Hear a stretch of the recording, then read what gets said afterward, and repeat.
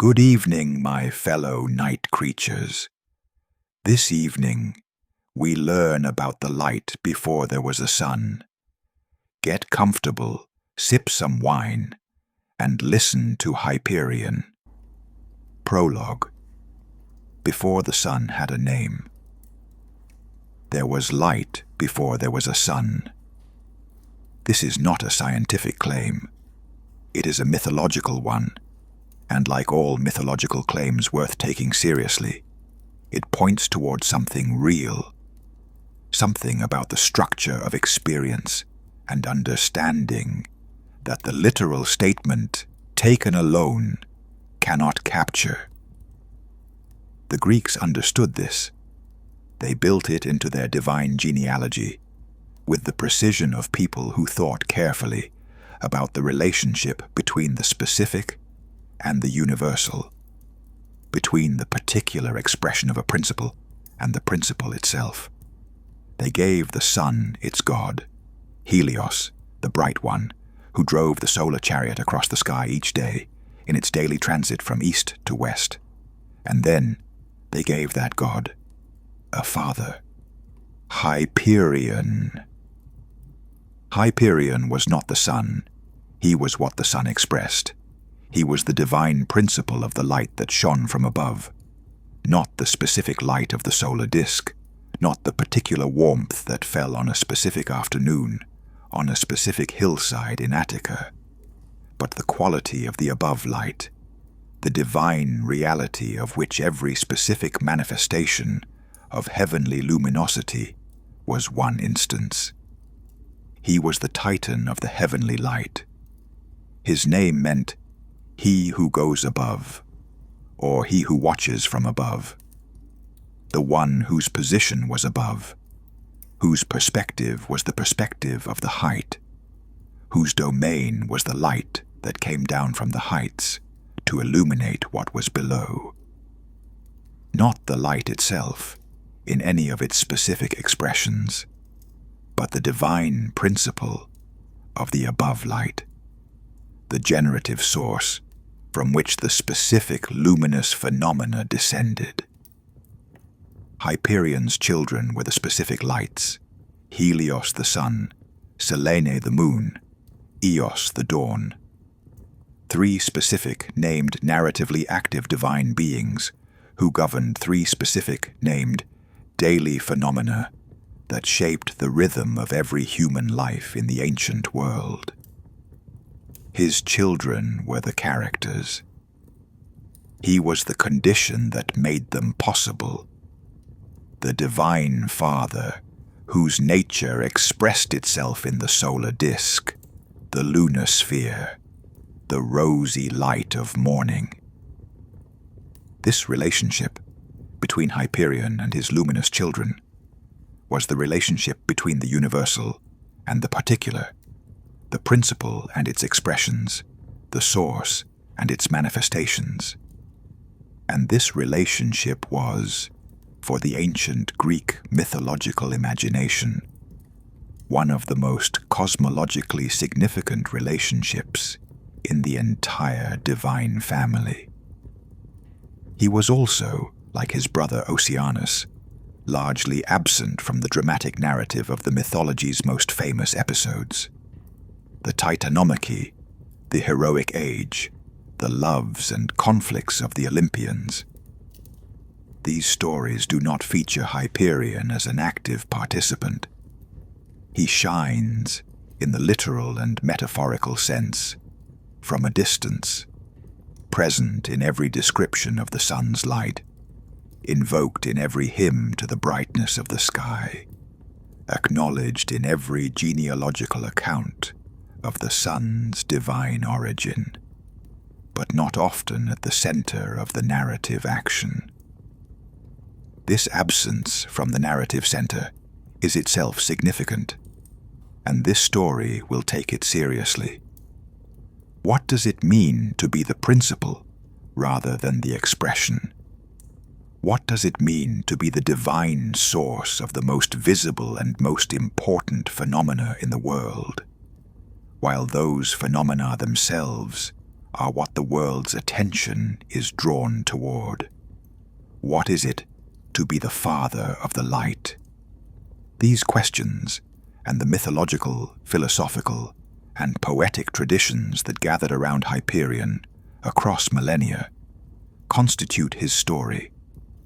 A story about the nature of light, the structure of the divine, the relationship between the above and the below, and what it means to be the source of something that illuminates everything, except, perhaps, itself.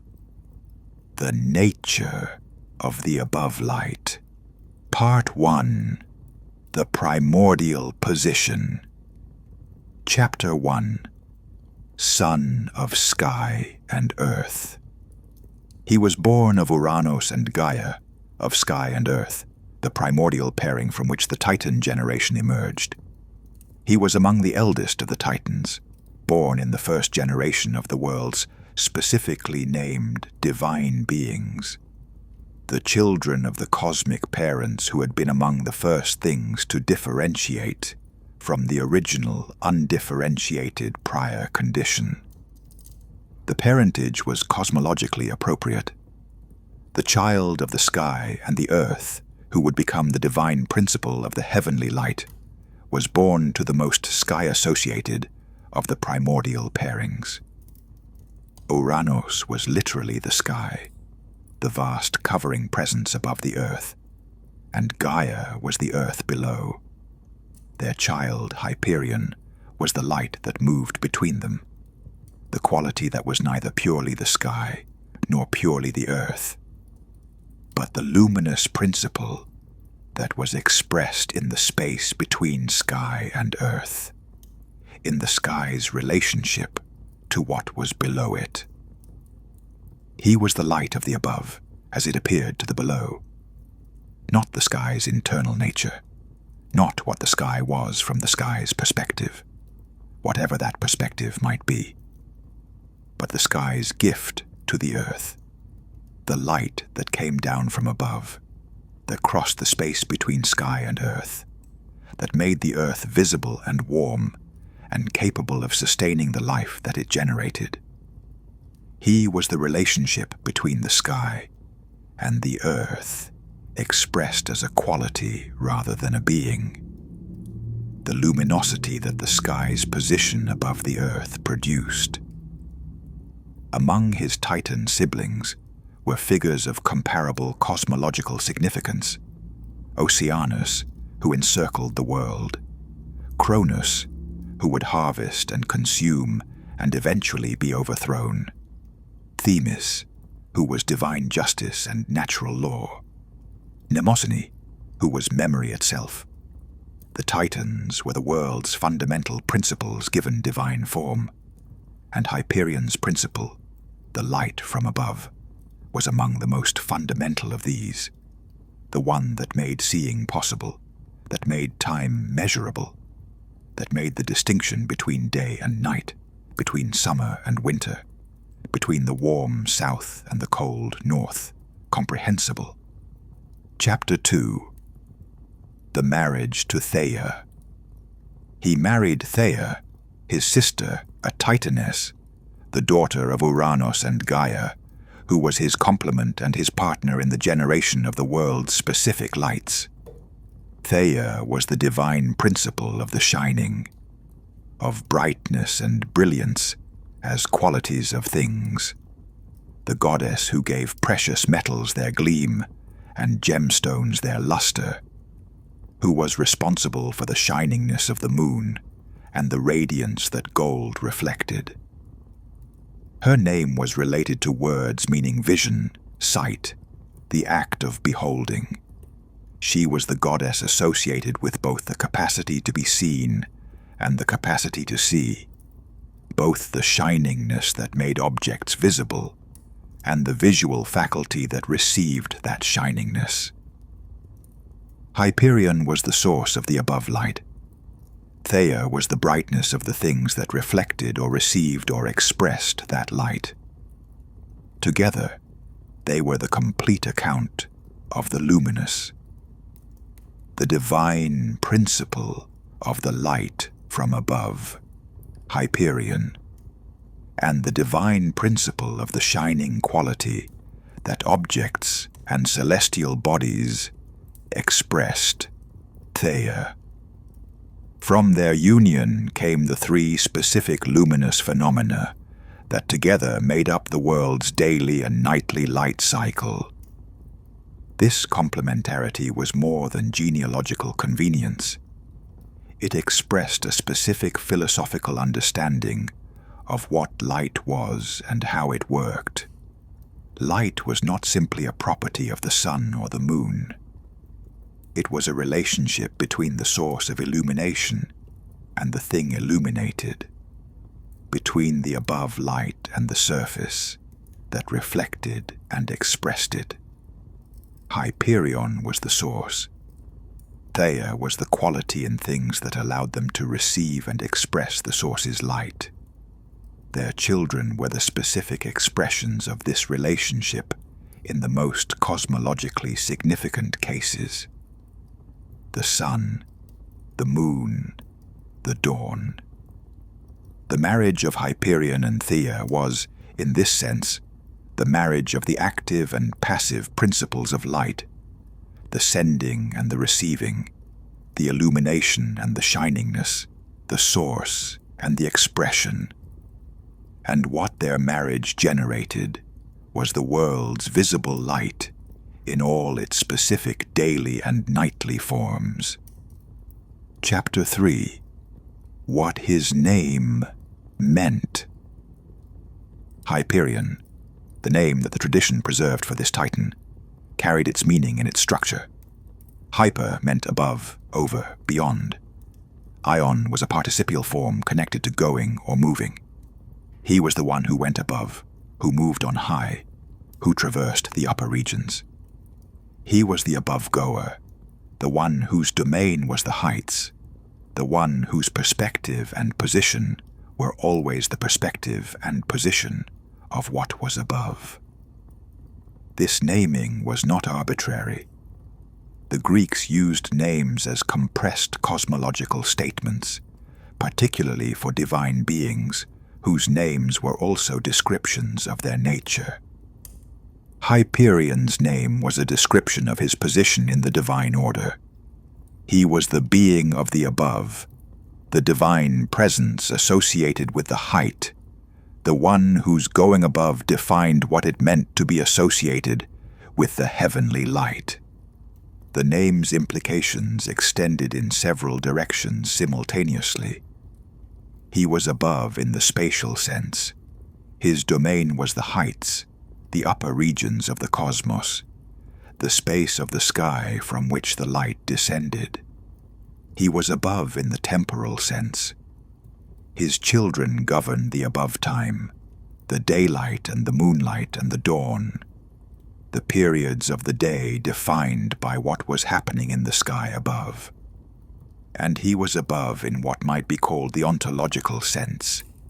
He was the principle above the specific phenomena, the divine reality that the specific luminous beings, Helios, Selene, Eos, were expressions of.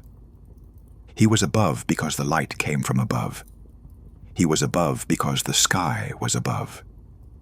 He was above because the perspective of the divine was, in the Greek imagination, the perspective of the height, the all-seeing view that came from looking down upon the world from the sun's position, from the heights that the above light traversed in its daily journey. Chapter 4. The principle before the phenomena. The distinction between Hyperion and his children, between the divine principle of the heavenly light and the specific luminous phenomena that expressed it, was one of the most philosophically sophisticated elements of the Greek mythological tradition's structure. In many ways, the tradition could have gotten along without Hyperion. It could have simply had Helios as the sun god, Selene as the moon goddess, Eos as the goddess of dawn. without the additional theological layer of a father, who was the principle of which these three were expressions. Many cultures' mythologies did exactly this. The sun deity was simply the sun deity, not the child of a more abstract principle of heavenly luminosity.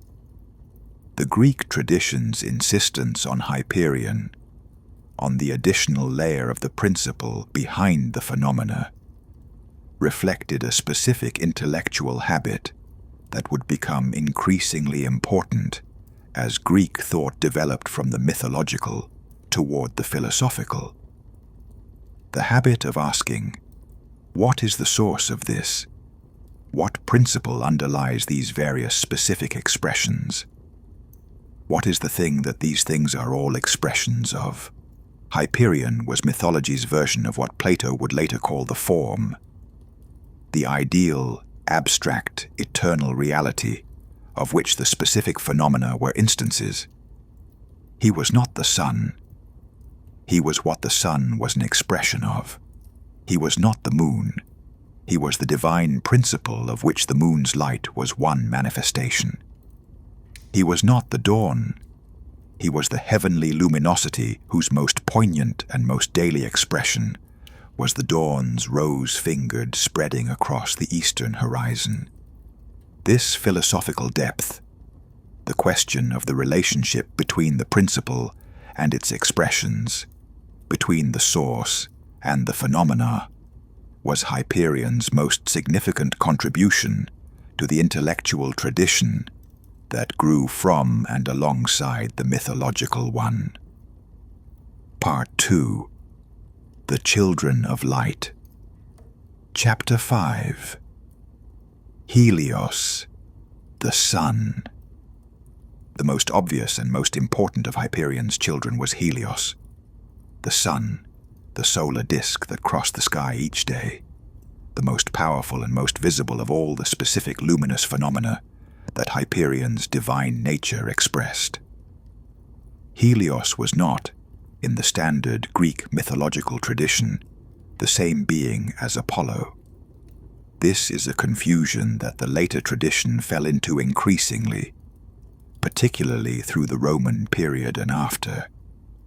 But in the oldest and most careful accounts, Helios and Apollo were distinct divine beings with distinct domains. Apollo was the god of light in the cultural and artistic sense, the light of inspiration, the clarity of reason, the luminous quality of music and poetry and prophecy. Helios was the god of light in the physical and cosmological sense, the actual solar disk, the specific celestial body that crossed the sky and provided the actual photons that illuminated the actual world. Helios drove his chariot daily from east to west across the sky.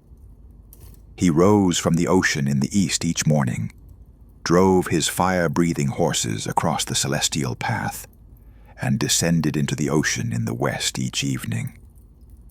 At night, he traveled in his golden cup across the outer ocean, returning from west to east through the world river's waters, to be ready for the next morning's rising.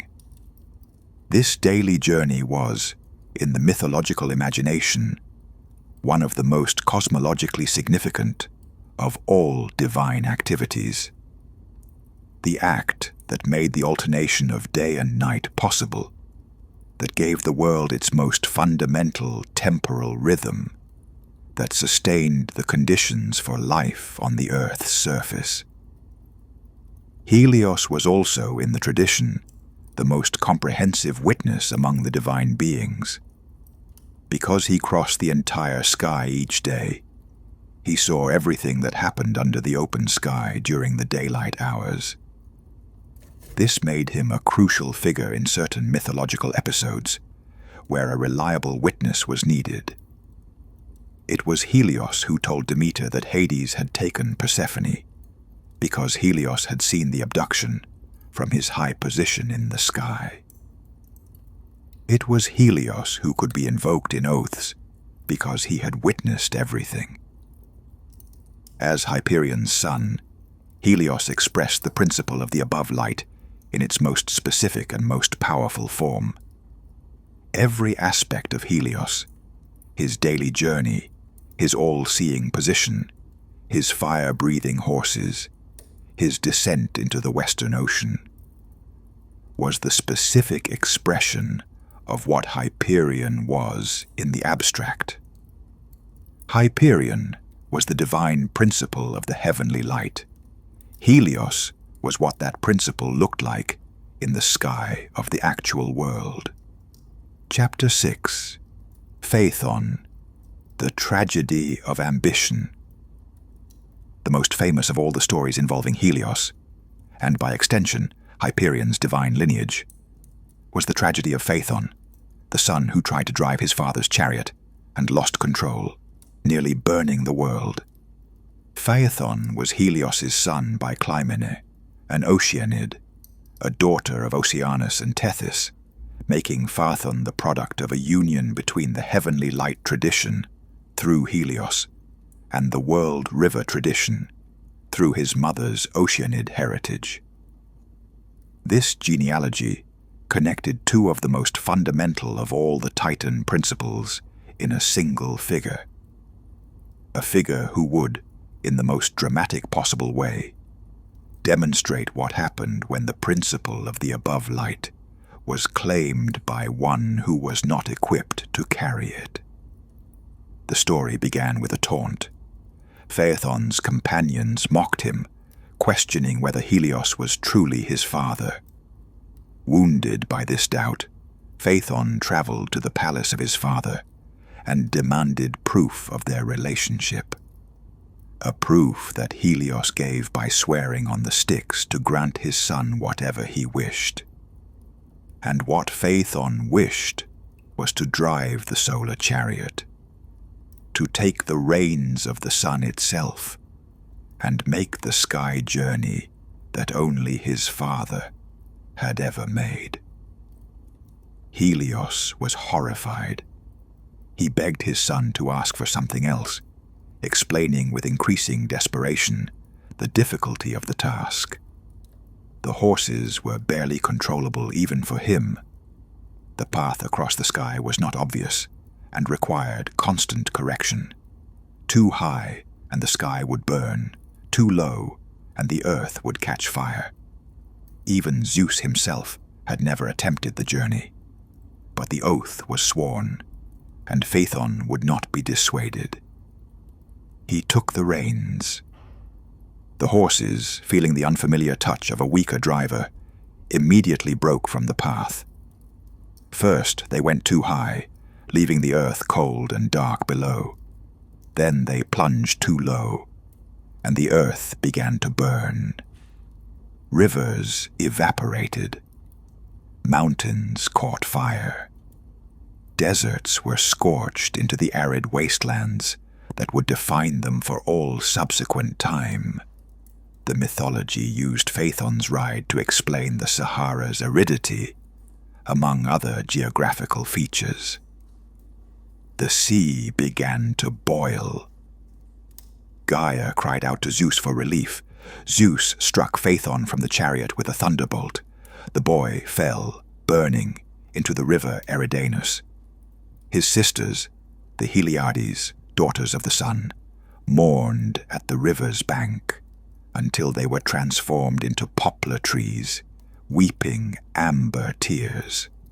This story, among the most famous in the entire mythological tradition, the subject of countless artistic and literary treatments across more than 2 millennia, was, at its deepest level, a story about the principle of the above light, and what happened when someone tried to claim that principle without being constitutionally equipped to embody it. Phaethon was Helios's son, but not Helios's equivalent. He had the genealogy, the lineage, the divine parentage, but not the nature, not the specific divine constitution that made it possible to handle the solar horses, to navigate the celestial path, to maintain the balance of the above and below that the sun's daily journey required. He was close to the principle, but not the principle itself. And Hyperion, as the grandfather of Phaethon, as the divine principle of which both Helios and Phaethon's ambitions were expressions, was the implicit background of the entire tragedy.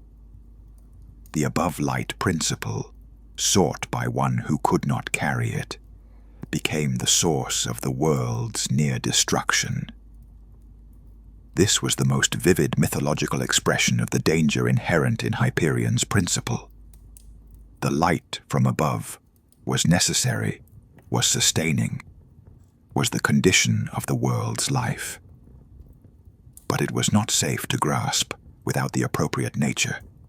The above light illuminated when it was in its proper position and its proper hands. It destroyed when it was claimed by inappropriate ambition.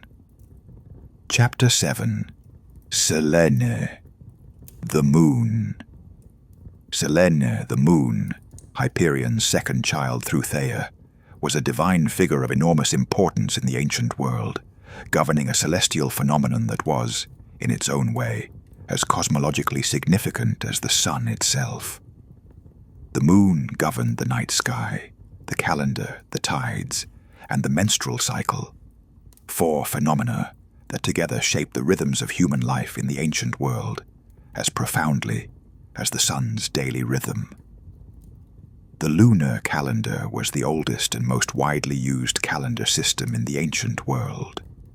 The tides governed the practical possibilities of coastal communities.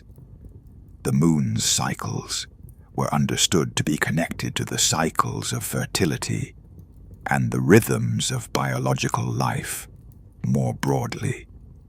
Selene's most famous mythological episode was her love for the sleeping shepherd Endymion, the beautiful young man whom Selene loved so completely that she asked Zeus to grant him immortal sleep, so that she could visit him forever in his eternal slumber, kissing his sleeping face each time she descended from the sky. This myth, one of the most beautiful and most melancholy in the entire tradition, expressed something essential about the moon's relationship with the sleeping world. The moon shone on the sleeping earth, the sleeping creatures, the world that was at rest while the sun was elsewhere.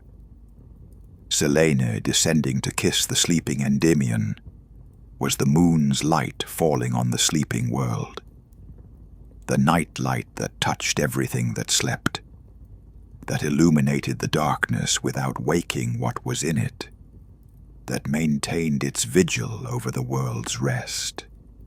As Hyperion's daughter, Selene expressed the principle of the above light in its nocturnal, reflected form, not the direct solar light of Helios, but the borrowed, gentler, cooler light of the moon, the above light expressed in its most indirect and most mysterious mode.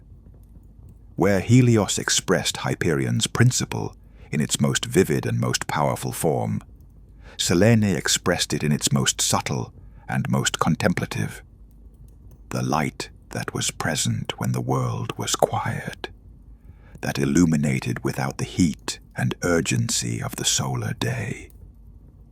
Chapter 8. Eos, the Dawn. The third of Hyperion's children was Eos, the Dawn, the goddess of the rosy-fingered morning light that preceded the sun's rising, the divine being of that brief and extraordinary period when night was giving way to day, when the horizon brightened from black to dark blue to gray, to the first tentative rose before the sun appeared.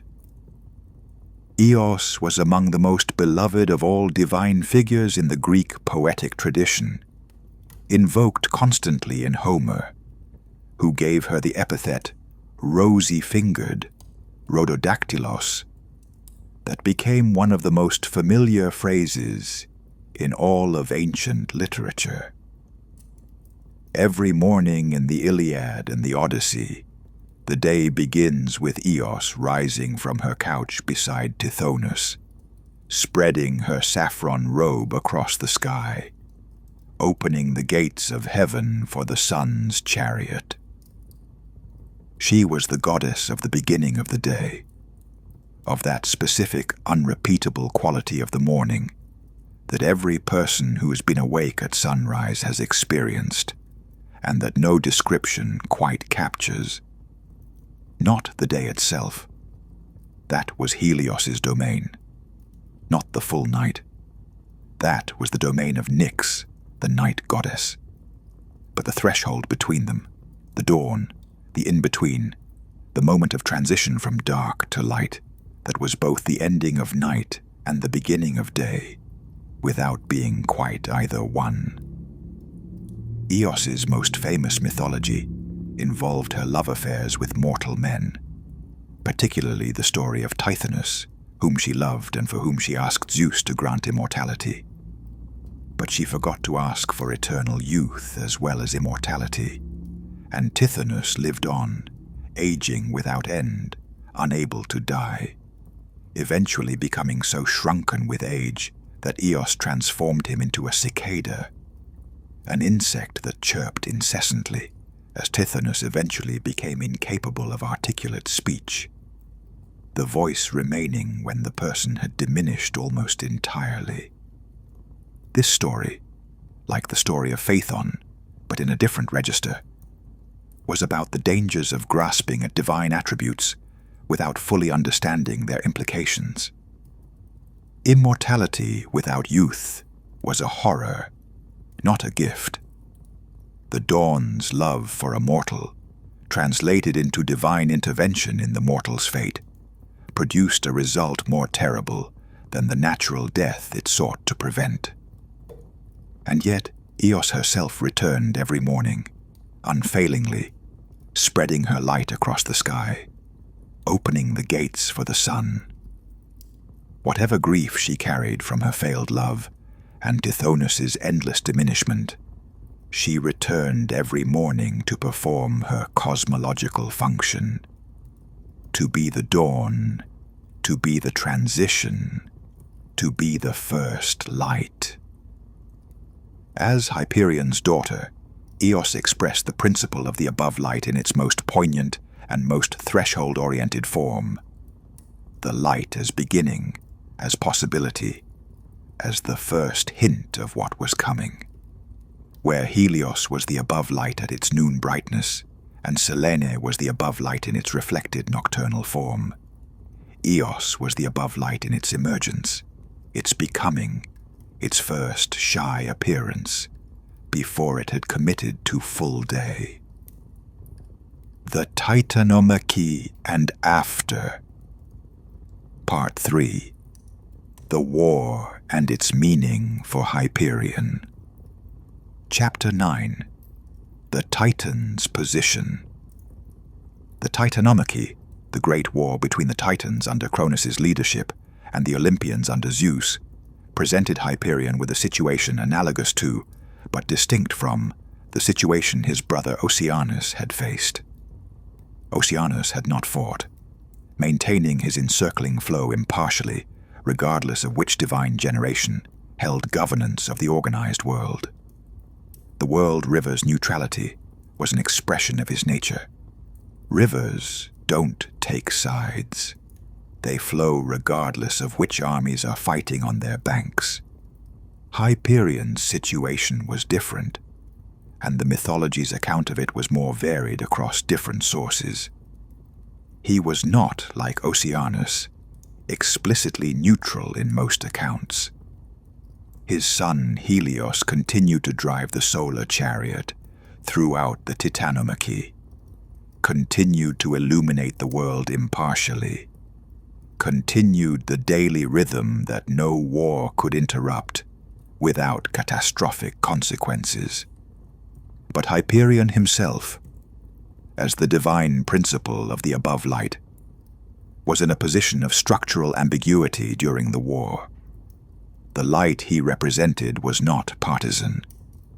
The light fell on both sides equally. The sun that his son drove across the sky illuminated the Titan forces and the Olympian forces alike, without distinction, without preference. This structural impartiality was not quite the same as Oceanus's active neutrality. Oceanus chose not to fight. Hyperion's principle was, by its nature, unable to favor one side over another, because light does not discriminate. The Titanomachy was fought in Hyperion's light. The Titans and the Olympians both drew on the solar energy that Helios provided, and that Hyperion's principle grounded. The above light was the condition of the war's being possible, not a participant in the war. Chapter 10. The Defeat and Its Meaning. When the Titans were defeated and Cronus and his supporters were confined in Tartarus, Hyperion shared in the defeat. Unlike Oceanus, who had maintained his encircling and was not among the defeated, Hyperion was counted among the Titans, who lost the war and faced its consequences. The mythology is not entirely clear about the specific nature of the punishment that fell to Hyperion. The ancient sources focused more extensively on the confinement of Cronus and on the specific stories of other Titans, Atlas bearing the sky, Prometheus chained to the rock, than on Hyperion's specific fate. But the general tradition placed him among the confined Titans, among those who had fought for the old order and lost. This created a profound cosmological paradox. The divine principle of the above light was confined in the deepest darkness. In Tartarus, the absolute below, the place furthest from the heights that were his domain, the being whose name meant, "He who goes above," was put in the place furthest below. The father of the sun was placed where no sun's light ever reached. But his children continued their work. Helios still drove the solar chariot. Selene still lit the night sky. Eos still spread her light across each morning's horizon. The principle was confined, but its expressions continued. Because the principle could be removed from the world's active governance without its expressions ceasing to function. Helios did not stop being the sun because Hyperion was in Tartarus. The dawn did not stop coming because Eos's grandfather was in the abyss. This continuity, the persistence of the light's specific expressions after the confinement of the light's principle, was among the mythology's most significant structural observations. The world's daily rhythms were robust enough to continue even after the divine being, who was their deepest source, was removed from active participation in the world's governance. The cosmos was, in this sense, more self-sustaining than it might have appeared. The principle could be confined without the phenomena stopping. Chapter 11. The Transfer of the Light. After the Titanomachy, the Olympian tradition developed in ways that increasingly complicated the relationship between Hyperion and the Olympian divine order's own relationship with light. Most significantly, Apollo. The Olympian god who was, in the most developed version of the mythology, the god of the sun and light. Not just cultural light, not just the clarity of reason and inspiration, but, increasingly in the Roman period, the actual solar light that Helios had governed. The relationship between Apollo and Helios, and therefore between Apollo and Hyperion, was a complex and shifting one across the tradition's development. In the earliest layers of the mythology, Apollo and Helios were clearly distinct. Apollo was the Olympian divine patron of specific cultural domains, music, poetry, prophecy, healing, while Helios was the specific Titan-descended deity of the actual solar disk.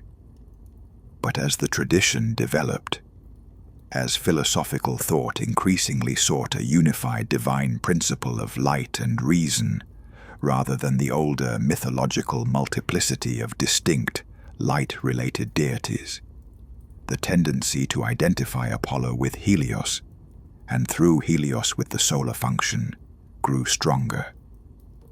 By the Hellenistic and Roman periods, the identification of Apollo with the sun was often treated as simply obvious, and the older distinction between Apollo, the cultural light god, and Helios, the solar disk god, was frequently elided. This identification had implications for Hyperion. If Helios was increasingly absorbed into Apollo, then the divine principle of which Helios was an expression, Hyperion's principle, the above light, was being absorbed into the Olympian order without explicit acknowledgement. The Titan, father of the sun, became, in some sense, the background of the Olympian god of the sun, the ancient principle that the newer, more organized divine theology was built over. Chapter 12. The Alternative Tradition, Hyperion as the sun itself. Not all ancient sources maintain the distinction between Hyperion as the principle of the above light and Helios as its specific expression.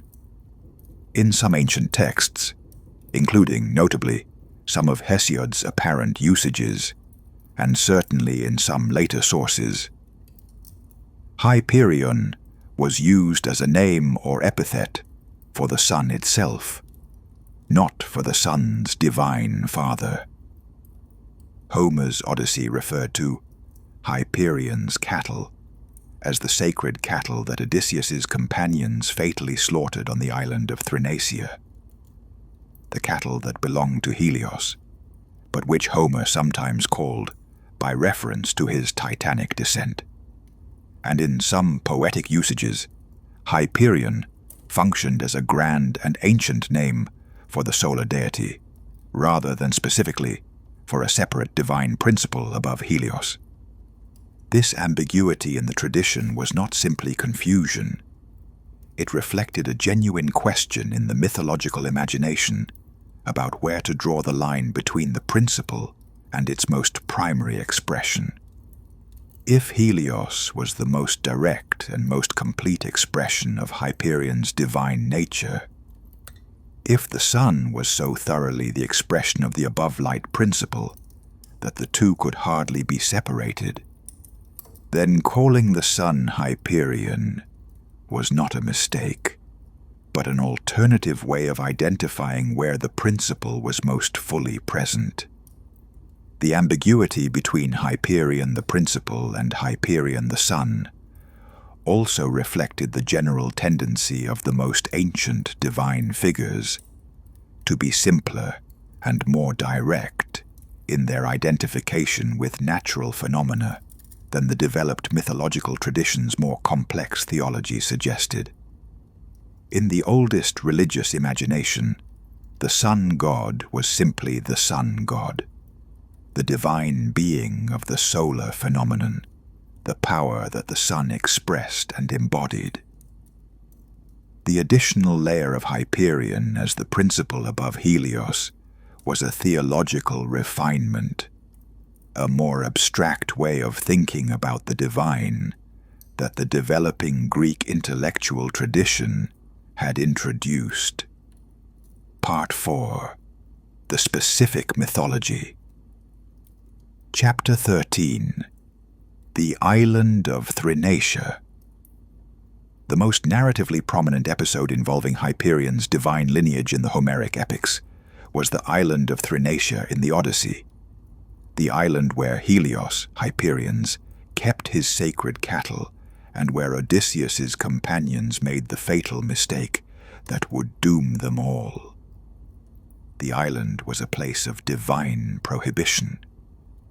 Tiresias, the blind prophet, had warned Odysseus before he even left the underworld that the cattle of Hyperion/Helios on Thrinacia were absolutely sacred, absolutely inviolable, the one thing Odysseus and his men must not touch.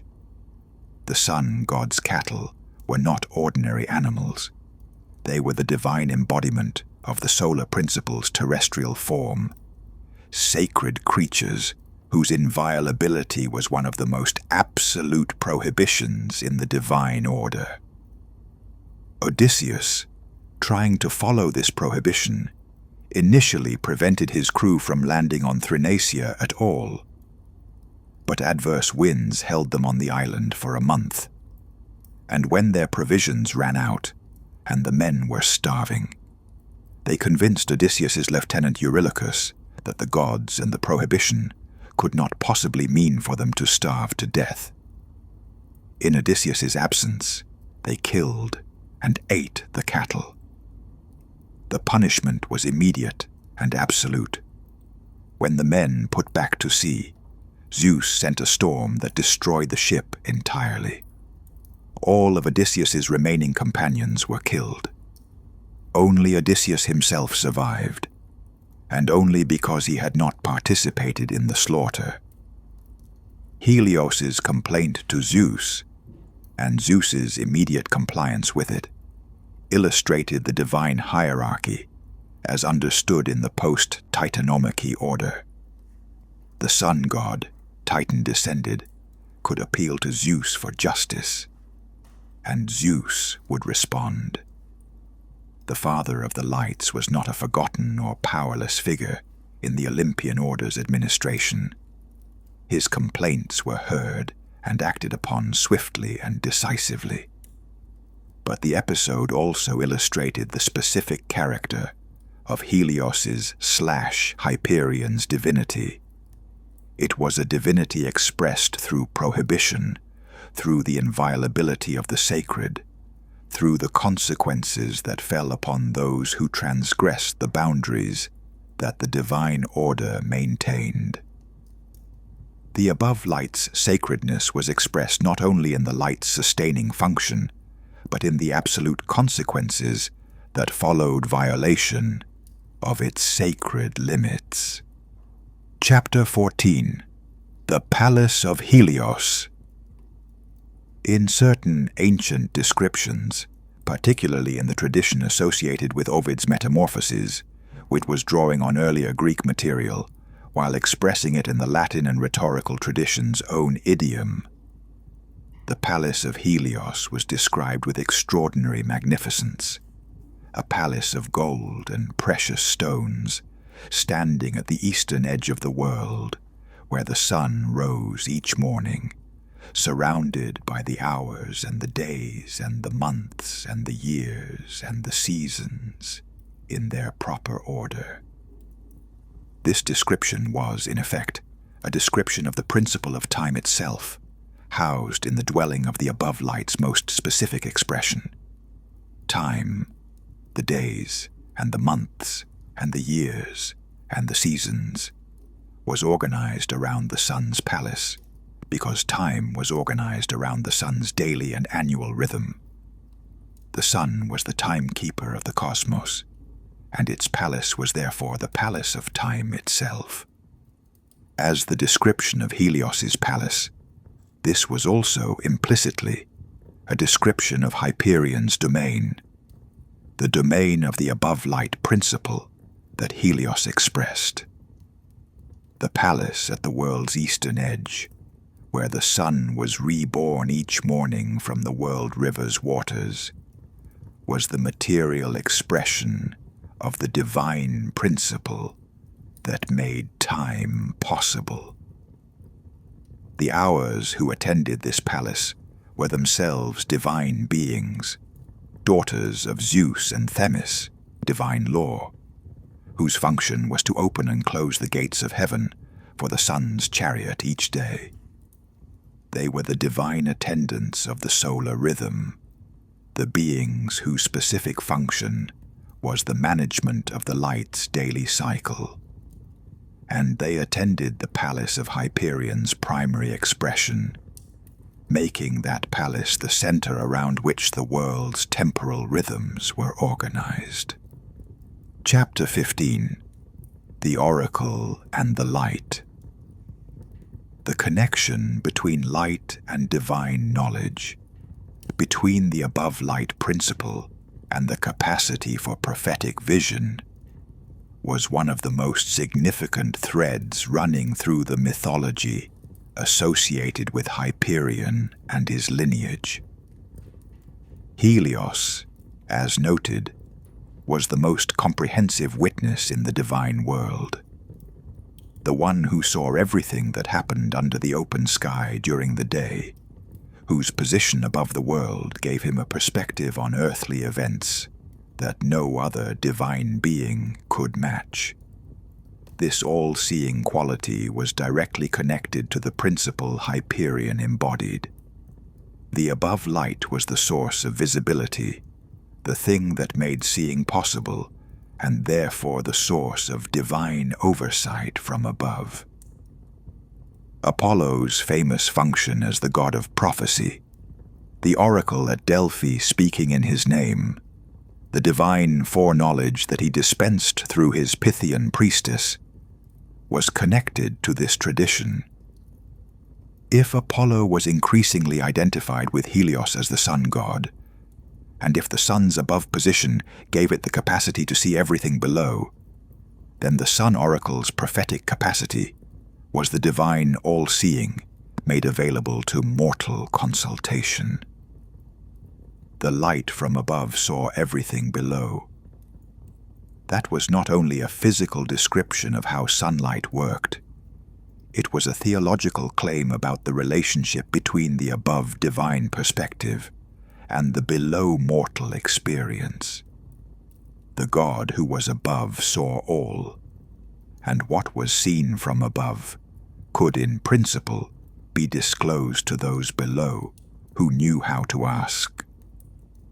Hyperion, as the principle of the above light, was therefore implicitly the background of the entire oracular tradition, the ancient divine reality that grounded the capacity for the divine all-seeing that made prophecy possible. The oracle at Delphi was, at the deepest mythological level, speaking from the divine perspective of the above light. The philosophical tradition. Part 5. Light as Principle. Chapter 16. Plato's Sun.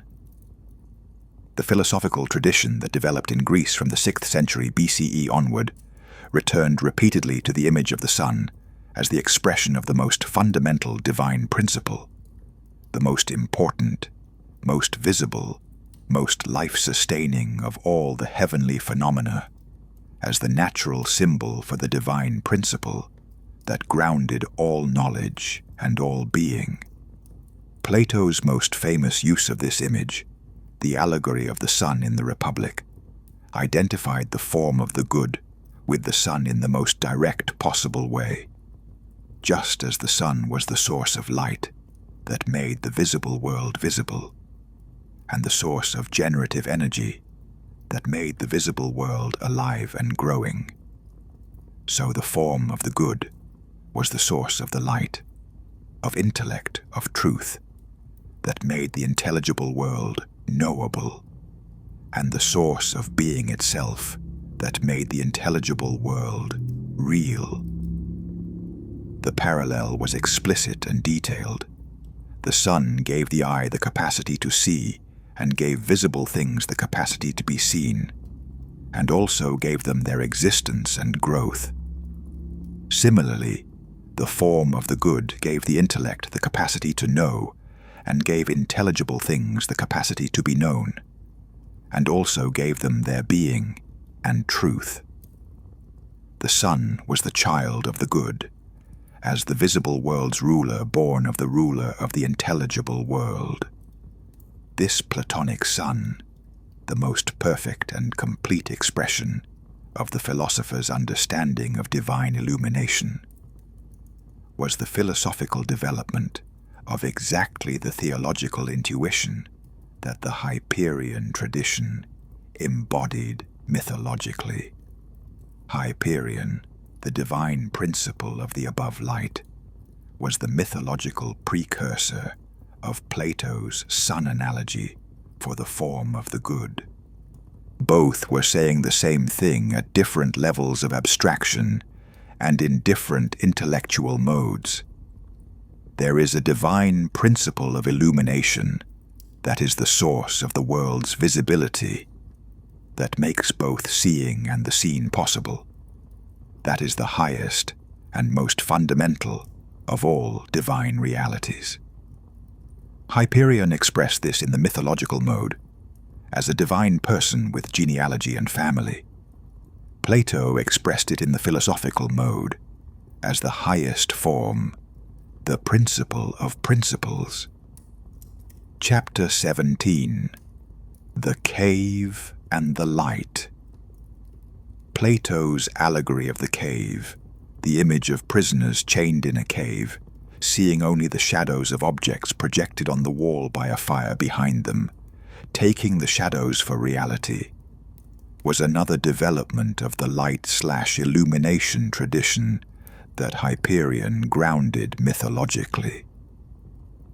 The prisoners in the cave were in the state of ignorance that the absence of true light produced. They saw shadows because they saw only the firelight's reflection of objects, not the objects themselves, and certainly not the sunlight that would have revealed the objects in their full reality. The philosopher's journey was the journey out of the cave, from the firelight of the cave to the full sunlight of the world above, from shadow to object to the sun itself, from ignorance to knowledge to the direct apprehension of the form of the good. This journey, upward, toward the light, toward the above, was the philosophical equivalent of the cosmological movement that Hyperion represented. To become more knowing was to move toward the light. To approach wisdom was to approach the above light's source.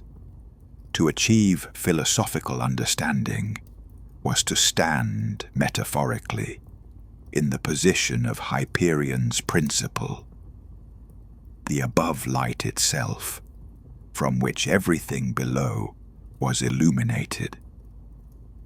The philosopher who completed the ascent from the cave was not, in the mythological sense, Hyperion, but the philosophical achievement that the allegory described was an achievement of reaching the perspective that Hyperion occupied, the perspective of the above light, the divine point of view from which everything below was visible, the position from which the highest truths could be seen rather than merely inferred from their shadows.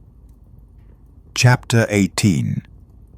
The Neoplatonic Elaboration. The Neoplatonic tradition, the philosophical school that flourished from the 3rd century CE onward, associated with Plotinus and his successors, which developed Plato's thought in more explicitly theological and mystical directions, made the solar principle the central organizing image of its entire metaphysical system. The One, Plotinus's name for the absolute first principle, the source from which all being derived, which was itself beyond being and beyond description, emanated the nous, divine intellect, as the sun emanated light. The nous, in turn, emanated the world soul, and the world soul emanated the material world. The entire structure of reality was organized as a hierarchy of emanations from the One, radiating outward and downward, as light radiated from its source.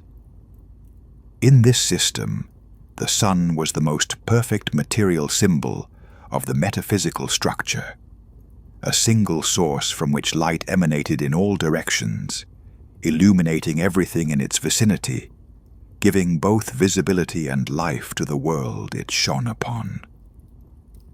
The sun was what the One looked like when expressed in the language of the material world. Hyperion, as the divine principle of the above light, was the mythological expression of exactly this Neoplatonic intuition, the source of illumination that was itself the highest divine reality, from which the specific luminous phenomena, Helios, Selene, Eos, derived as the emanations of that source. The Neoplatonic one, nous and soul, were the philosophical refinement of the same structure that the Hyperion Helios Selene Eos genealogy expressed in mythological form. The relationship between the mythological tradition and the philosophical tradition in this case was not one of replacement, philosophy replacing mythology as the more sophisticated account. It was one of continuation through transformation. The same fundamental insight about the structure of light and divinity, about the relationship between the source principle and its expressed phenomena, running through both the mythological genealogy and the philosophical metaphysics. Chapter 19. Light and the Logos. The tradition that identified the divine principle of light with the cosmic organizing principle, the Logos, the reason or word that was the structure of all reality, was one of the most fertile intellectual currents in the ancient world, running from pre-Socratic philosophy, through Platonism, through Stoicism, and ultimately into the theological tradition of early Christianity. Heraclitus had spoken of the Logos as the principle that governed all things, that was present in all things, that most people failed to perceive despite its universal presence.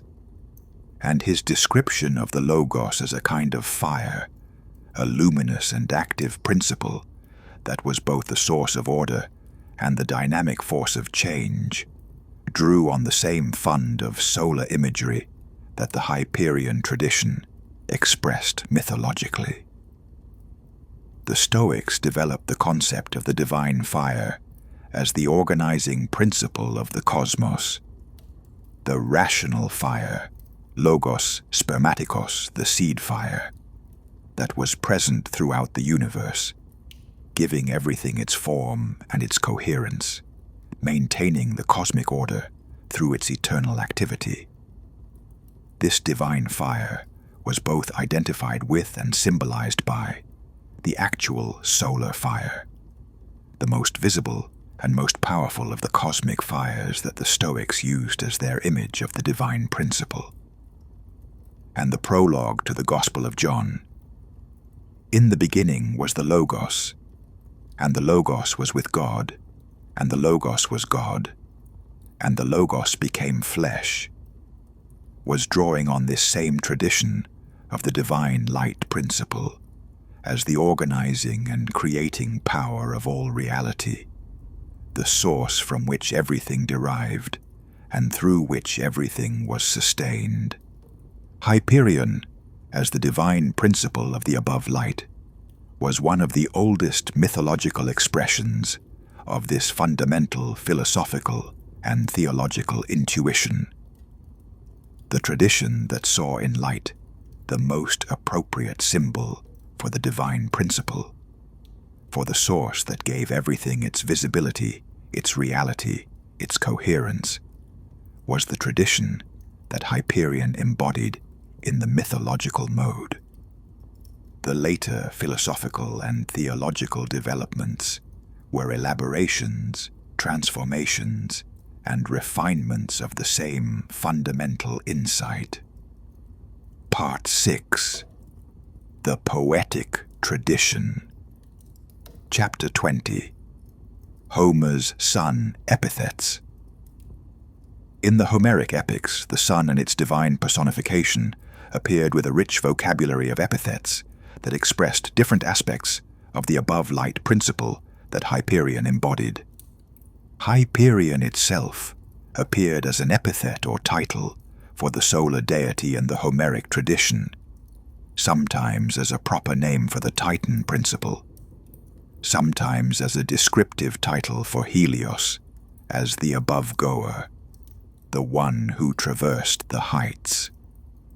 Homer's usage was not always consistent in distinguishing these functions, and the poetic tradition used the name with a flexibility that reflected the genuine ambiguity in the mythology between the principle and its primary expression. All-seeing was another consistent element of the Homeric solar vocabulary. Hyperion Helios Panoptes, or similar formulations, expressing the quality of the above light as the comprehensive witness, the one who saw everything from the perspective of height. This all-seeing quality was not presented as a specifically theological claim in Homer, but as a natural consequence of the sun's position.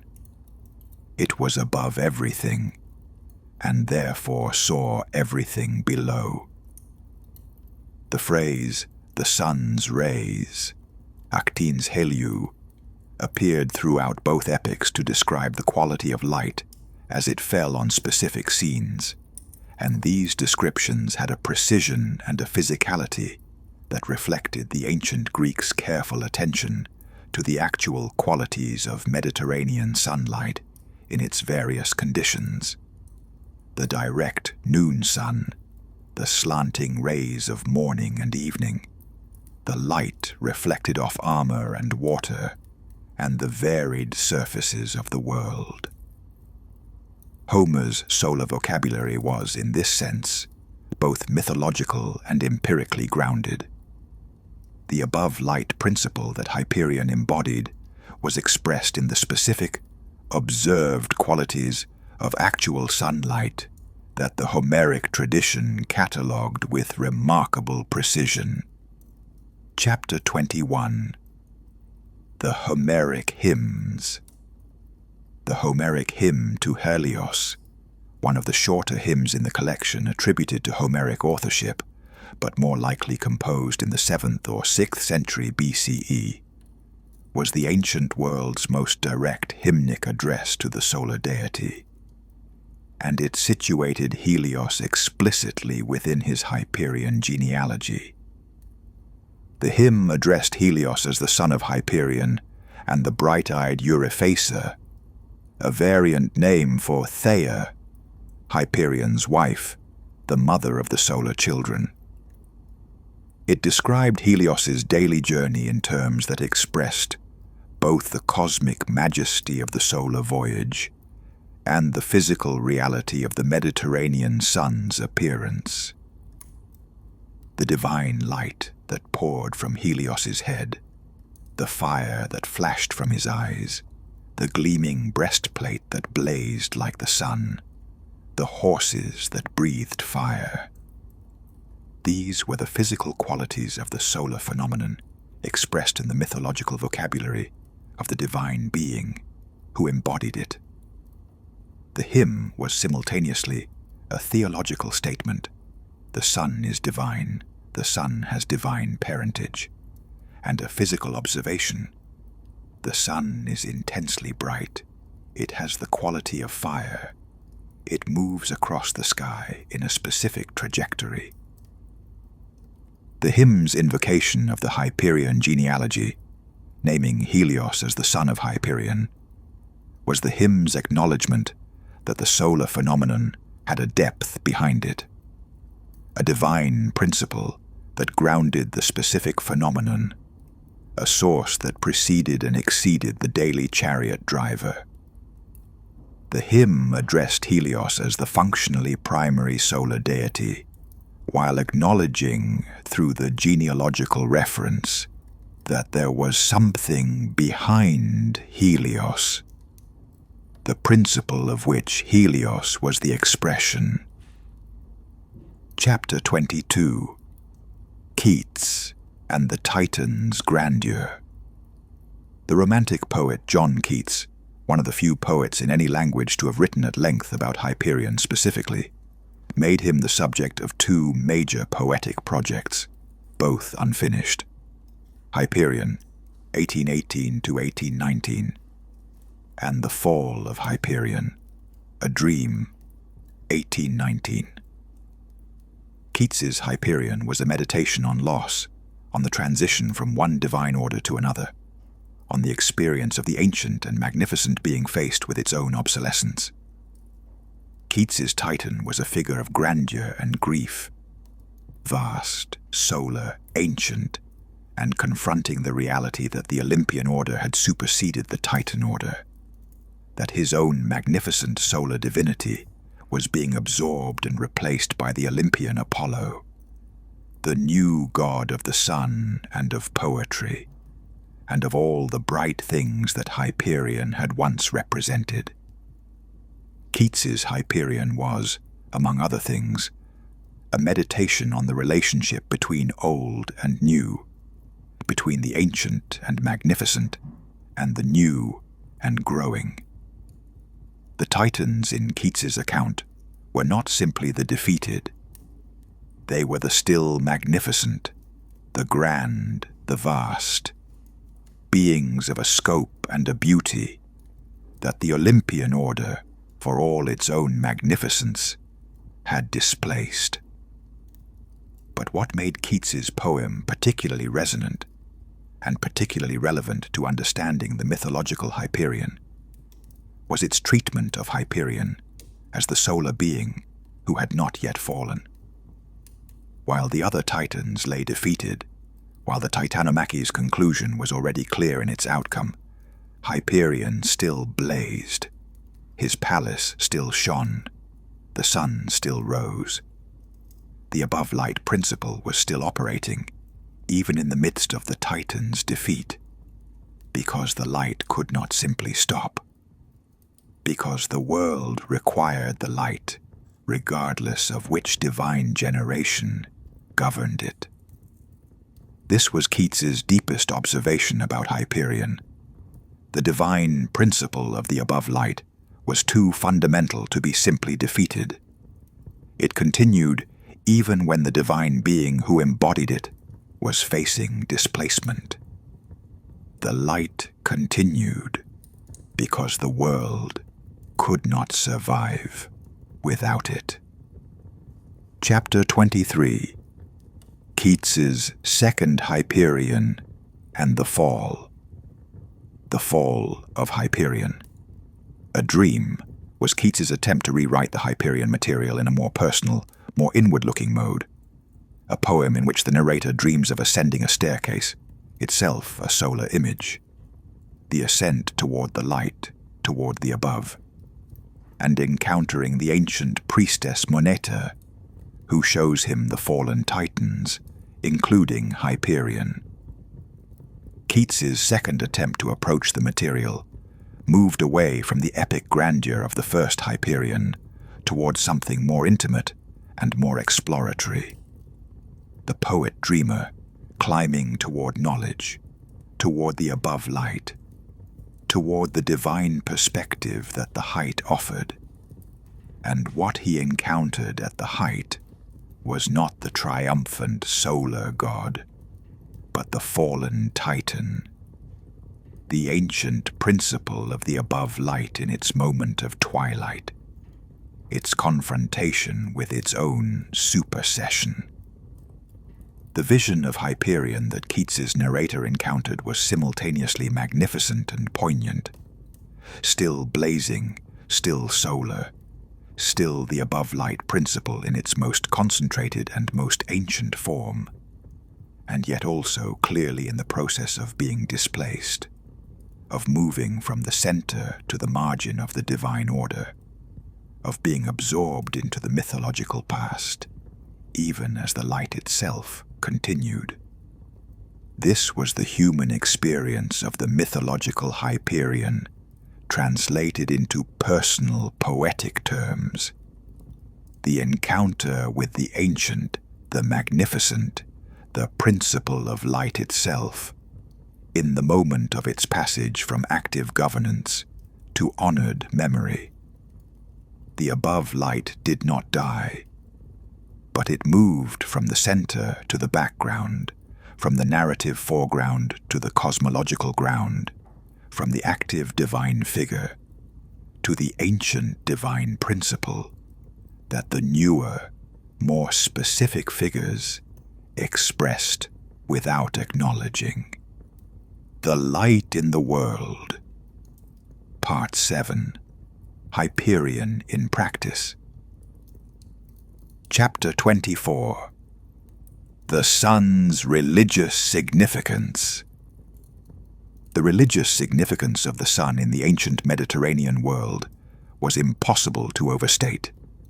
It was the most visible, most powerful, most practically significant of all the observable natural phenomena, and the religious traditions of the ancient world responded to this significance with the intensity and the diversity appropriate to what was, in every practical sense, the most important thing in the sky.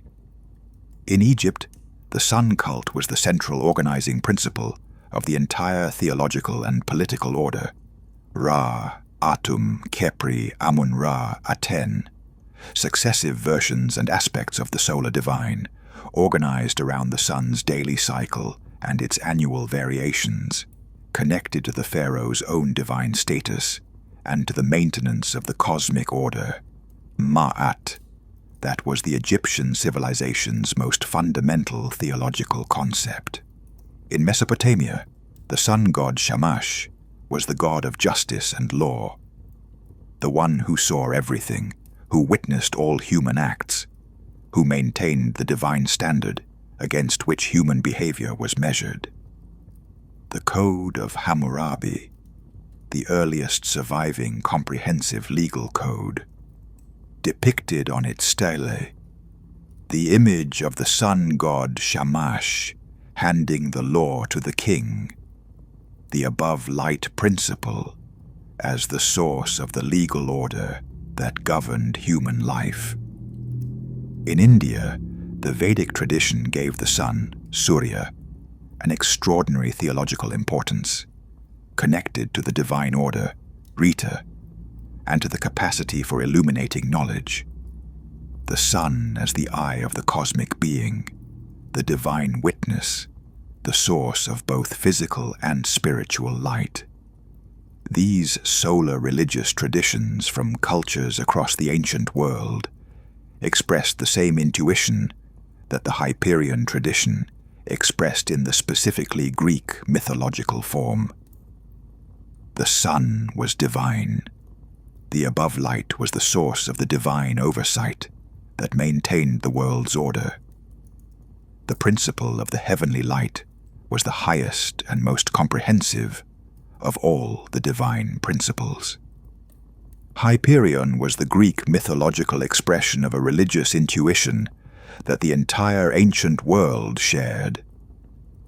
The recognition that the sun's light was not merely a physical phenomenon, but a divine reality, the source not only of physical illumination, but of the divine oversight and order that made human civilization possible. Chapter 25. The Hours and the Calendar. The organization of time, of the calendar, the hours of the day, the seasons of the year, was fundamentally a solar matter, and its divine governance was connected to Hyperion's principle through the solar deities who organized time's specific measurements. The hours, horai in Greek, were the goddesses of the seasons and of the specific divisions of the day, divine beings whose function was the management of time's recurring cycles, the opening and closing of the gates of heaven for the sun's chariot, the maintenance of the rhythms that made life's regular activities possible. In Homer and Hesiod, the hours were daughters of Zeus and Themis, the result of the union of the divine governance authority and the divine law, but their function was intimately connected to the above light principle. They governed the sun's daily cycle, They opened the gates for Helios. They maintained the temporal rhythms that Hyperion's principle generated. The solar calendar, the year organized by the sun's apparent annual movement, the seasons defined by the sun's position relative to the earth, the solstices and equinoxes that marked the turning points of the solar year, was the most fundamental practical expression of Hyperion's divine principle in the organization of human life. Every agricultural community in the ancient world organized its planting and harvesting around the solar calendar, organized its festivals and religious observances around the solar year, organized its practical life around the above light's annual cycle. Every farmer who knew when to plant and when to harvest was responding to the solar principle that Hyperion embodied. Every religious calendar that organized the year's sacred observances around the solstices and equinoxes was the practical expression of the theological importance of the above light's annual rhythm. Chapter 26. Light and Vision in Ancient Greek Thought. The ancient Greeks had a specific and fascinating theory of vision that connected the act of seeing to the principles that Hyperion embodied. In several ancient Greek accounts of how vision worked, including accounts in Plato and in the Stoic tradition, vision was understood not as the passive reception of light by the eye, but as an active process in which the eye emitted a ray of visual fire that went out to meet the light coming from the visible object. Seeing was, in this account, a transaction between two sources of fire: the fire of the eye going out, the light from the object coming in, that together produced the act of vision. This theory, called the extramission theory of vision, was not merely wrong physics. It was a theory that reflected a deep Greek commitment to understanding vision as an active, participatory relationship between the seer and the seen, rather than a passive reception. The eye was itself a source of light, a kind of inner sun that went out to meet the world's light in the act of seeing. The implications for understanding Hyperion's principle were significant.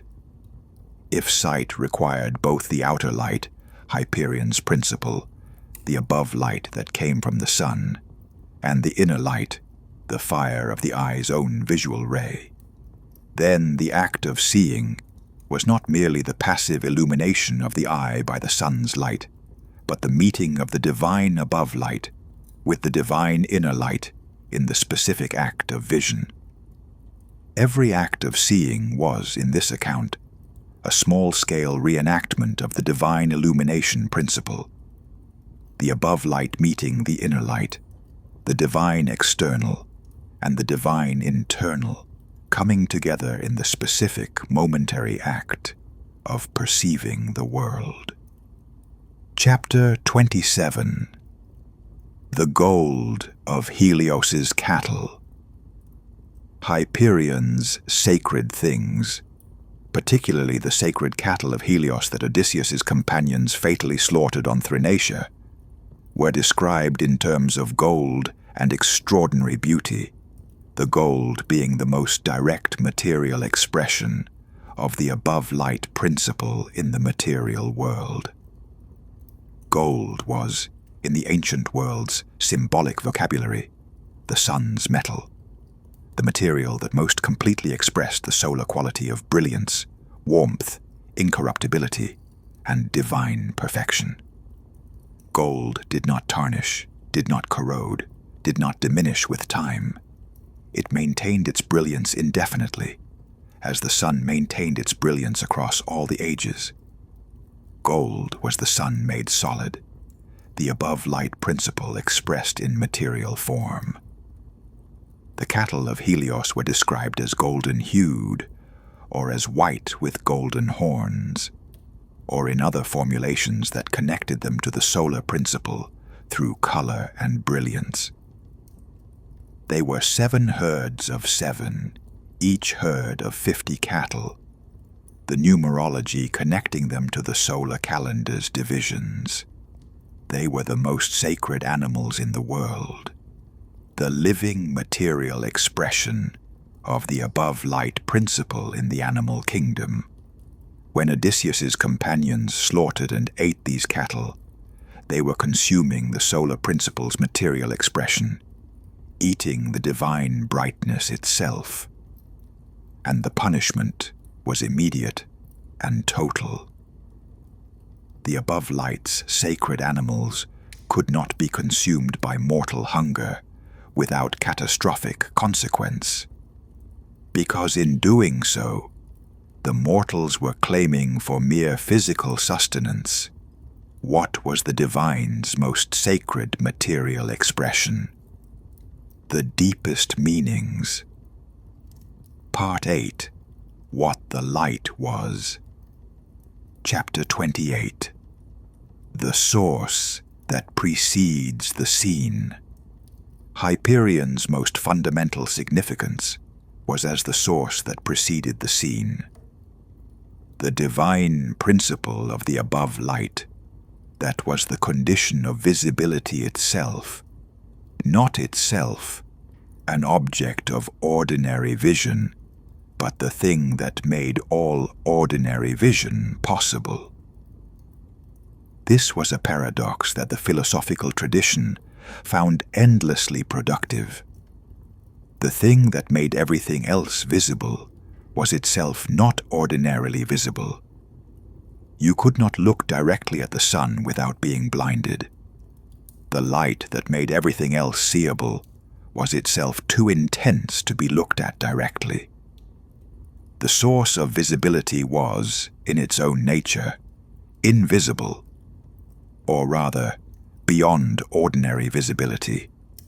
This quality of being the source of visibility while exceeding ordinary vision was exactly the quality that Plato attributed to the form of the good in his sun analogy.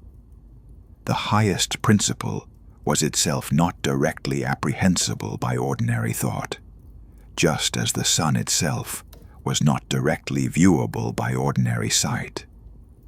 You approached the highest principle indirectly, through what it illuminated, through the traces it left on the things it shone upon, just as you perceived the sun's presence through the light that fell on the things around you, not by looking directly at the solar disk.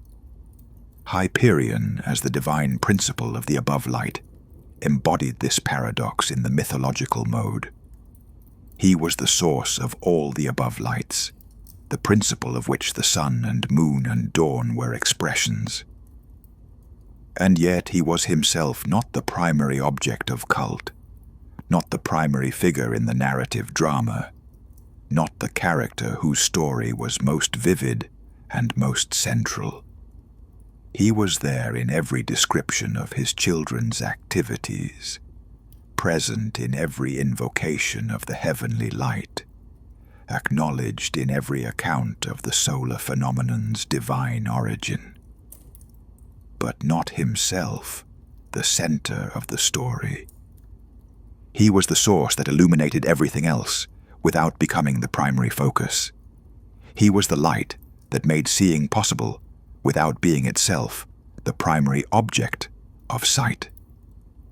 Chapter 29. The Father as Principle. The mythological structure that made Hyperion the father of Helios, Selene, and Eos, rather than simply making Helios, Selene, and Eos the immediate divine beings of the sun, moon, and dawn, without a further divine principle behind them, expressed a specifically Greek theological sophistication about the relationship between phenomena and principles. To have a father behind the phenomena was to insist that the phenomena were not ultimate. that they were expressions of something more fundamental, that the sun and moon and dawn were instances of a principle rather than brute facts of divine existence. It was to refuse the simplicity of the sun is divine in favor of the more complex the sun is divine, because it expresses the divine principle of the above light, which is its true nature at the deepest level. This refusal of simplicity, this insistence on the principle behind the phenomenon, was characteristically Greek and would become increasingly central to the development of Greek philosophical and theological thought. The movement from mythology to philosophy was, in part, a movement from the divine as person to the divine as principle, from the God with a name and a family and a story to the form or the logos, or the one that was the philosophical equivalent of the mythological divine father. Hyperion was, in this sense, one of the mythological tradition's most philosophically sophisticated figures, not because his own mythology was especially developed in philosophical terms, but because his structural position, the principle behind the most important of the natural phenomena, the divine reality that the specific solar deities expressed, anticipates exactly the philosophical move from phenomenon to principle that would define the Greek philosophical tradition's most distinctive contributions. Chapter 30. The Persistent Light.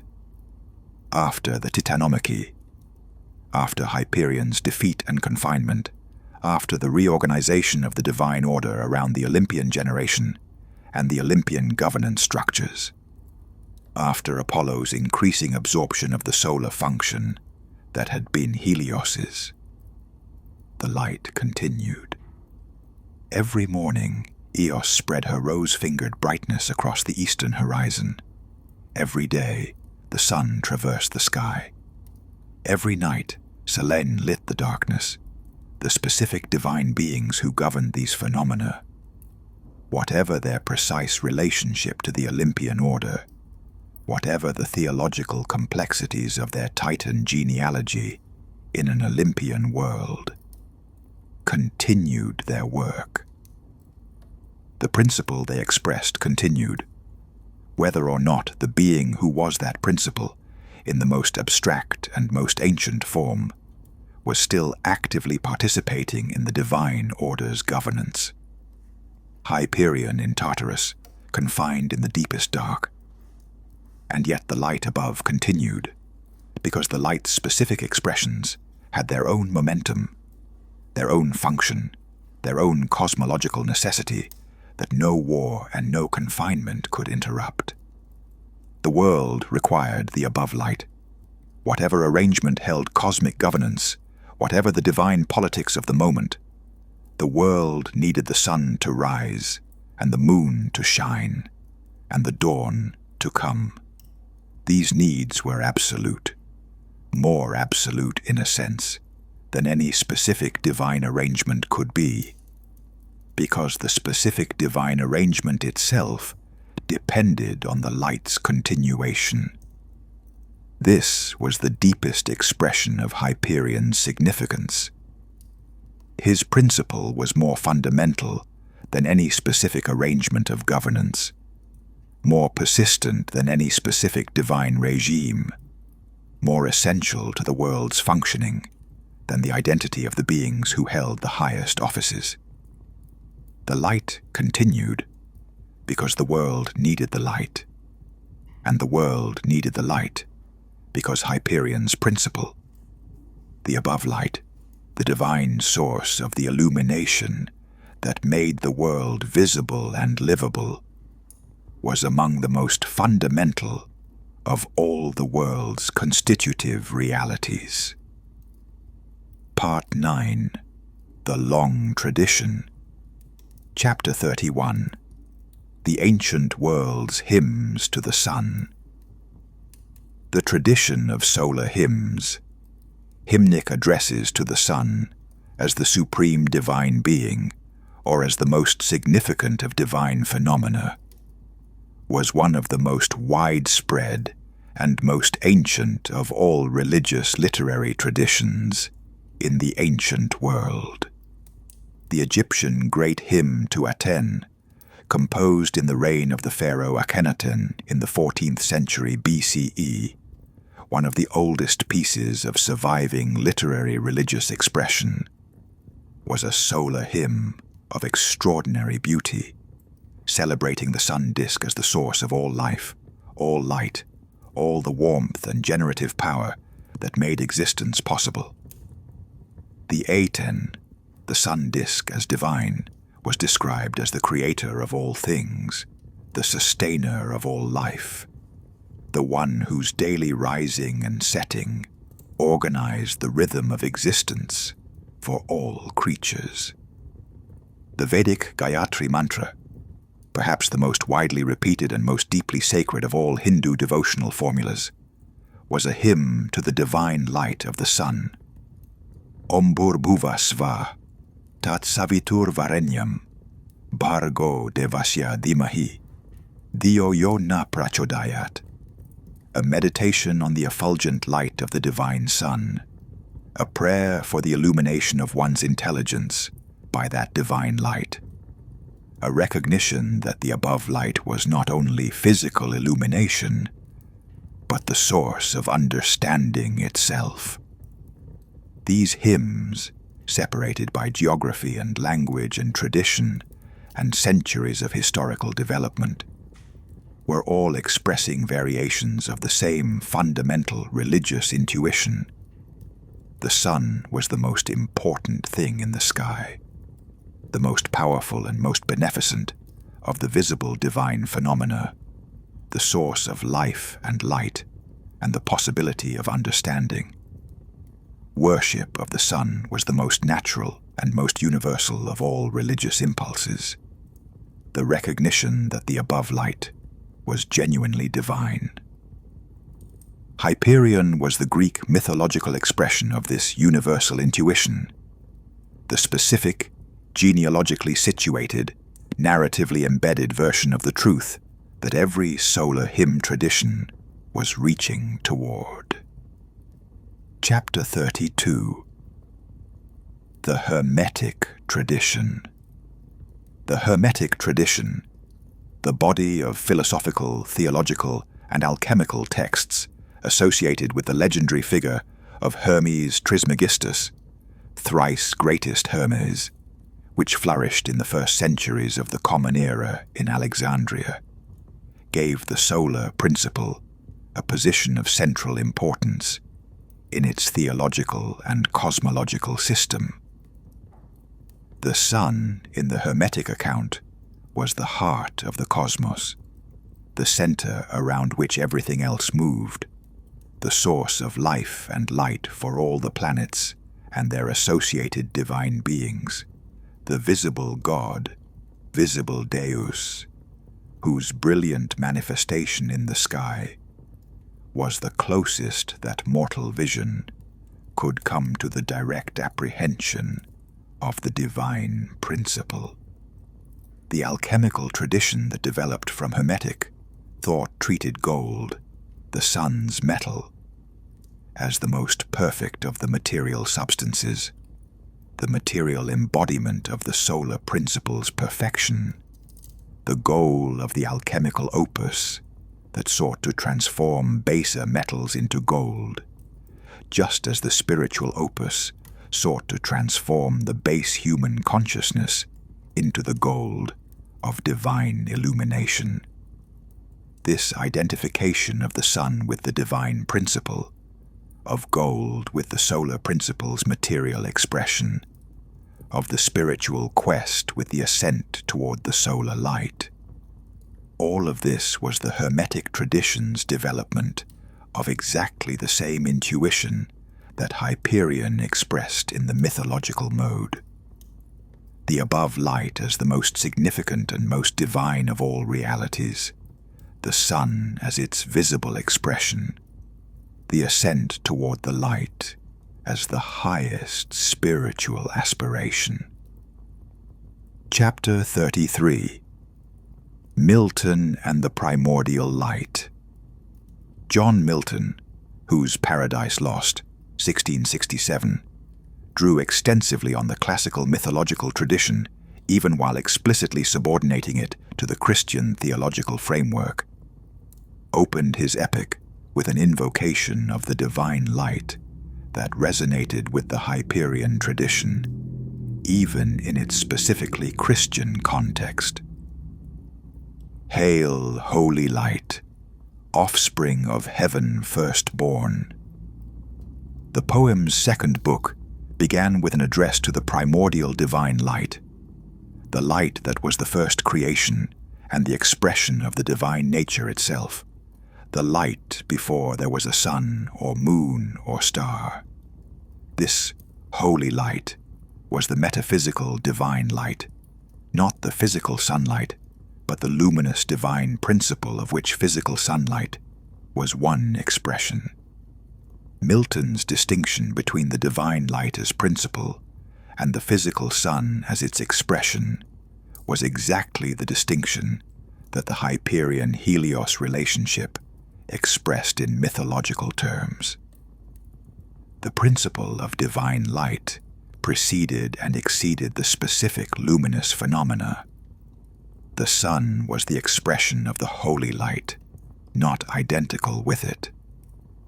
Milton's Satan in Paradise Lost delivered one of the most famous solar apostrophes in English literature at the beginning of Book 4, addressing the sun in terms that expressed both admiration for its divine significance and the pain of being excluded from its light. O thou that with surpassing glory crowned, look'st from thy sole dominion like the God of this new world. This address situated the sun as the most godlike of all visible things, the above light, looking down from its supreme position, governing the world through its illumination. It was, in terms of the tradition this story has been tracing, an address to the Hyperion principle, to the above light in its most concentrated and most divine expression. Chapter 34. The Scientific Transformation. Modern astrophysics has, in its own way, confirmed and transformed the understanding of the above light principle that Hyperion embodied mythologically. The sun is not, as the ancient world imagined, a divine chariot driver traversing the sky.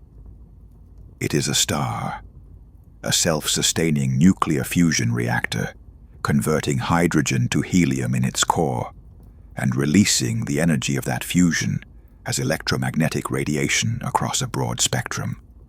The light that falls on Earth is not a single thing, but a range of electromagnetic frequencies, of which the visible spectrum is only a small portion.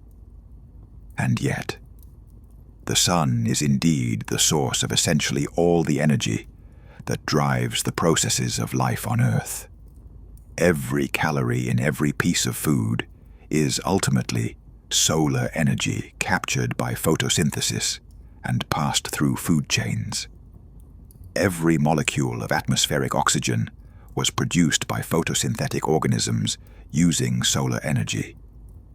Every weather system on Earth is driven by the differential heating of the Earth's surface by solar radiation.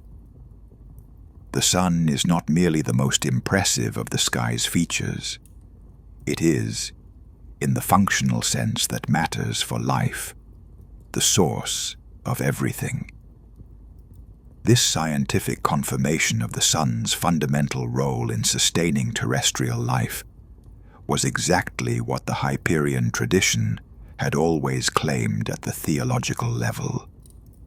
The above light was the most fundamental of all the world's sustaining realities, the source on which everything else depended, the principle without which the world's most basic processes could not occur.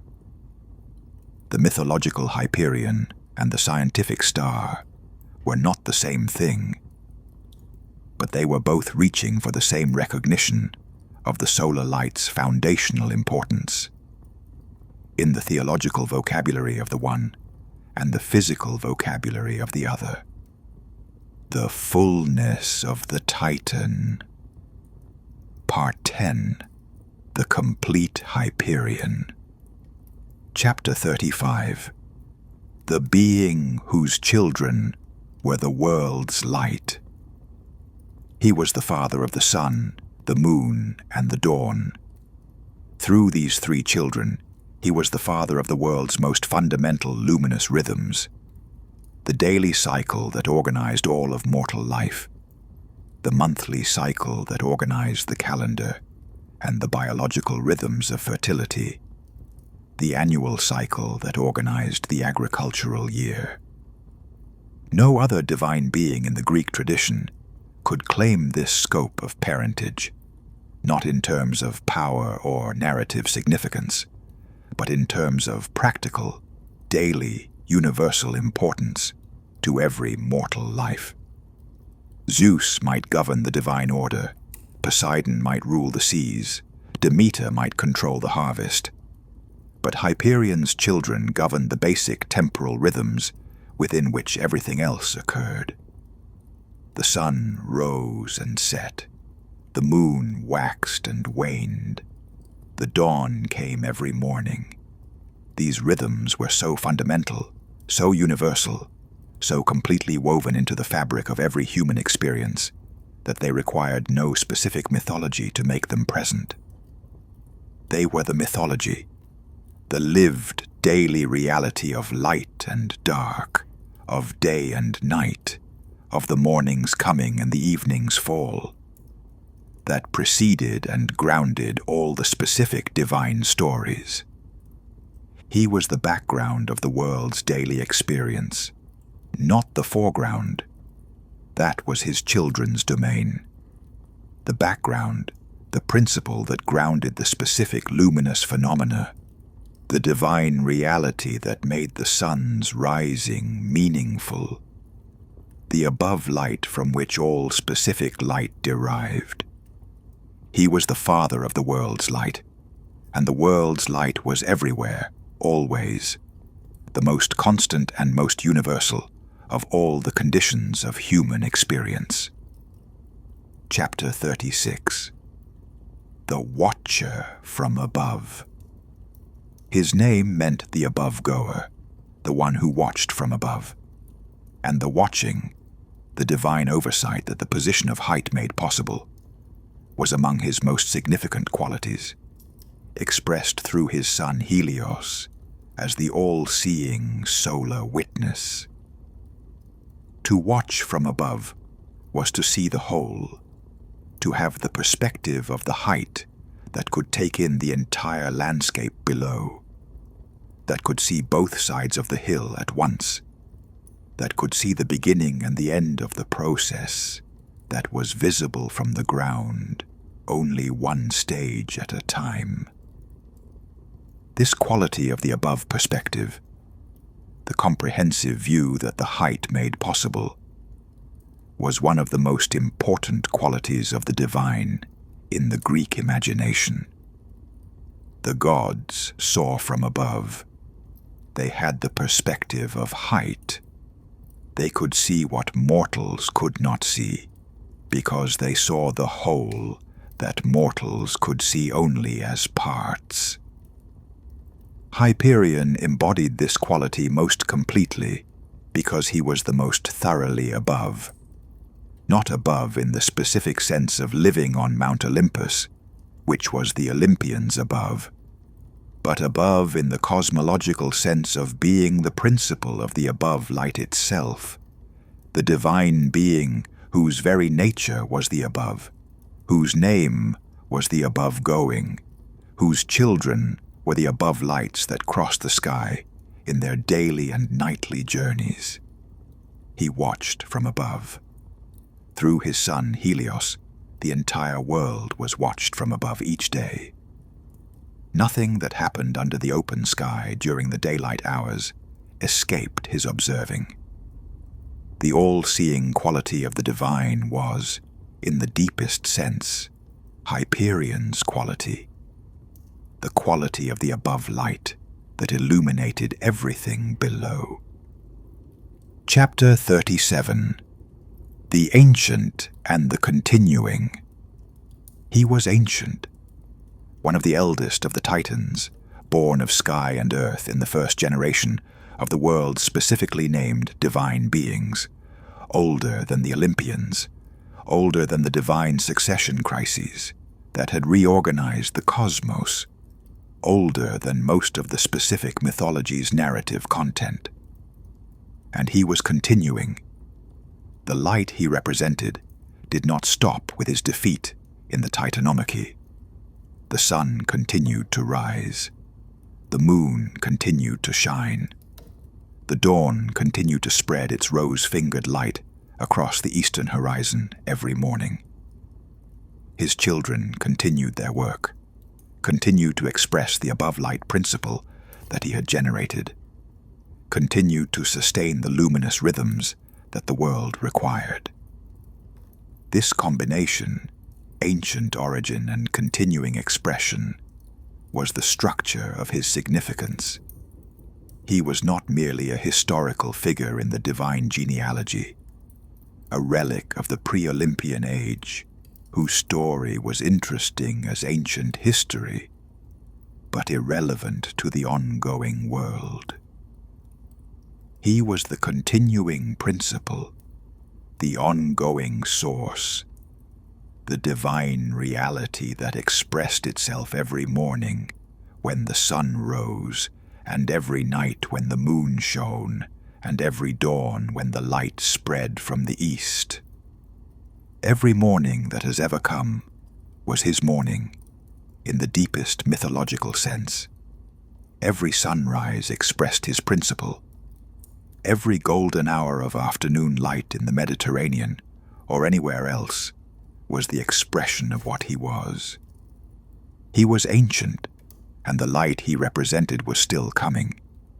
It would continue to come for as long as the world turned and the sun held its place in the sky, which was, in practical terms, for longer than any specific religious tradition or philosophical system or cultural arrangement would last.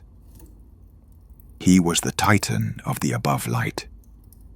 The above light continues. Chapter 38. The Principle and the Person.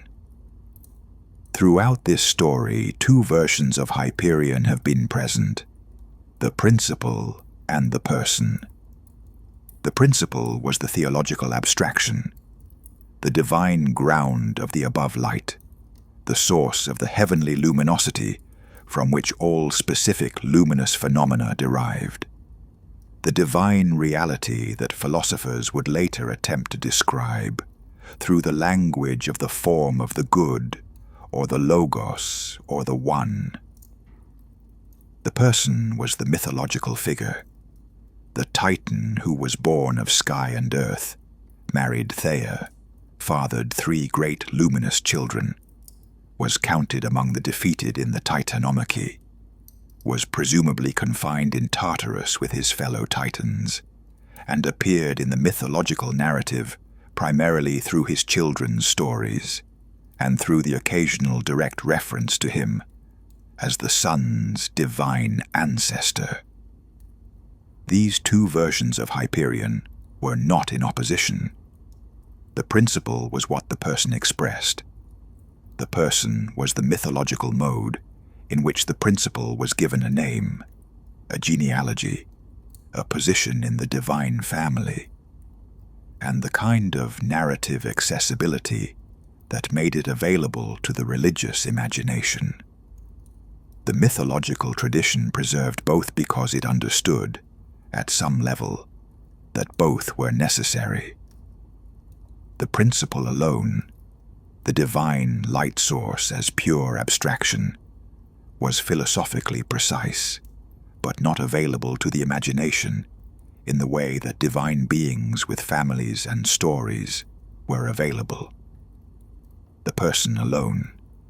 The Titan, with his genealogy and his narrative episodes, was vivid and specific, but risked being reduced to one more character in the mythology's cast of divine persons, without the depth of the principle behind the specific.